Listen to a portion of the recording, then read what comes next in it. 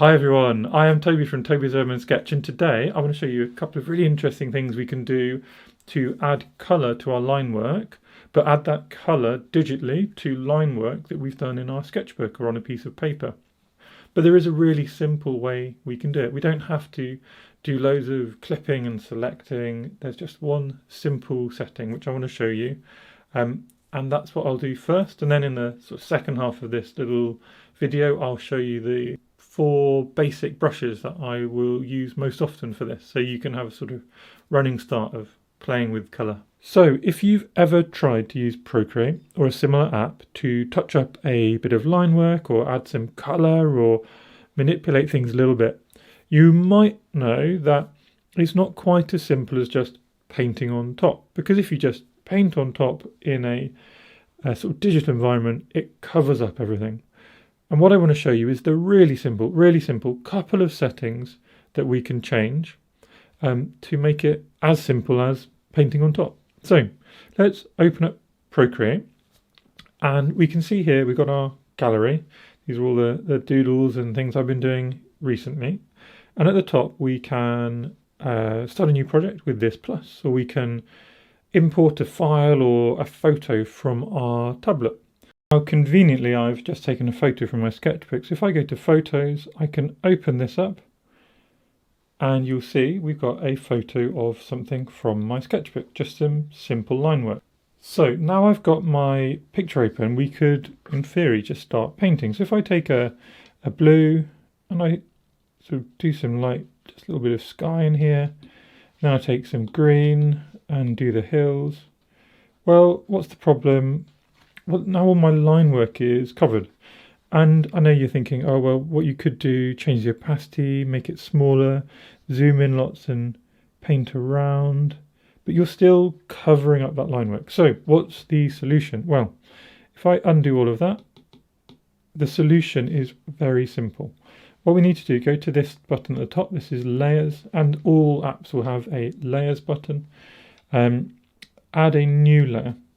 And what we want to do is click on this where it says N. N is for normal. Scroll until you find multiply. And so now we have this layer. Layer 2 is a blank layer and it's on multiply. And what multiply means is it combines essentially the colour from that layer that you're painting on with the layers underneath it. So because this is white paper, if I now do a big bit of green, it doesn't really matter how dark I go, we still have that line work coming through, because it's multiplying the sort of the green with the white, which leaves you with green, and it multiplies the green with the black, which leaves you with black. So your black line work, your white paper, is unaffected by applying these extra colours. So the really simple setting, all you do, add a new layer and change it to multiply. Now I often like adding another layer, a normal layer, on top of that. So if I really quickly add a couple of touches more colour, let's do a blue sky again, and maybe we do just some yellow in the foreground, some bright grass or something like that, and perhaps even let's just make these tents red. Really simple touches of colour, all on that multiply layer. If we now go to the normal layer, so we got our background layer, our multiply layer, our normal layer, we could add little opaque touches on top. So now this normal layer is going to be like the problem where anything we do covers up the background. So if I want to add a few extra splatters, I've got my splatter brush there, maybe I want them to be white, so we've got nice little splatters of white in the sky, and now that will cover up the background. Another nice thing to do is to go back to a pen, for example, and just like we might normally with our sort of line work after watercolors, we could get a black pen and we could just reaffirm some of that line work. And you can see it actually works rather well. It does act very like with watercolor, where you can just go in and you can add a few extra touches. Maybe, you know, we add a little man in the foreground and things like that. Very, very easy to do. So hopefully that explains the settings that you can use to just add really simple colour.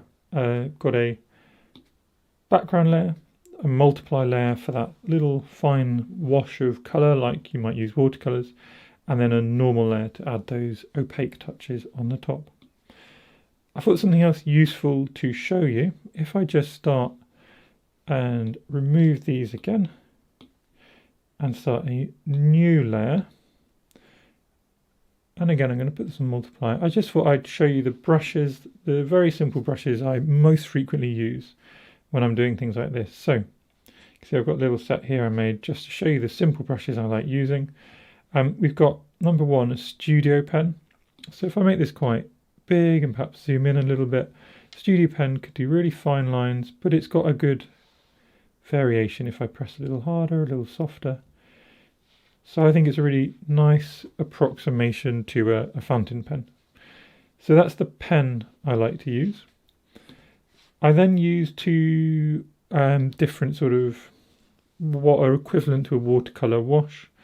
I like this wet glaze. So if we take our blue we were using and make it quite a big brush size. I normally take the opacity down a little bit, but this produces a very nice, oh, he says, oh yeah, it is coming up, a very nice subtle wash of colour. Again, you can press harder, you can go back over and make it more opaque. But it has those rough, fun, textured edges. So it's got that kind of bleeding effect. You can make it really big, to a really big area, and you can make it really small and almost do like little hard touches of watercolour. Next, and quite similar, is the fat nozzle. So this is like an airbrush.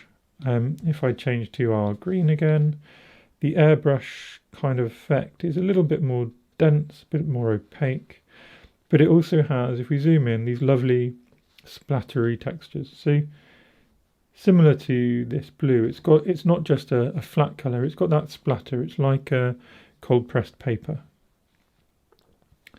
And then lastly, the splatter brush is a really lovely one to use. You saw it quite large before, but you can change it, you can make it, have a couple of colours, and you can do small splatters, really big splatters. You can add bits of white to the sky, you can create snow on a scene. So that's my sort of basic brushes. Again, just to show you, the studio pen, the wet glaze, the fat nozzle and the splatter, really good starting points if you're trying to add a little bit of colour to your sketches in Procreate. Look, here's a bit which needs to touch.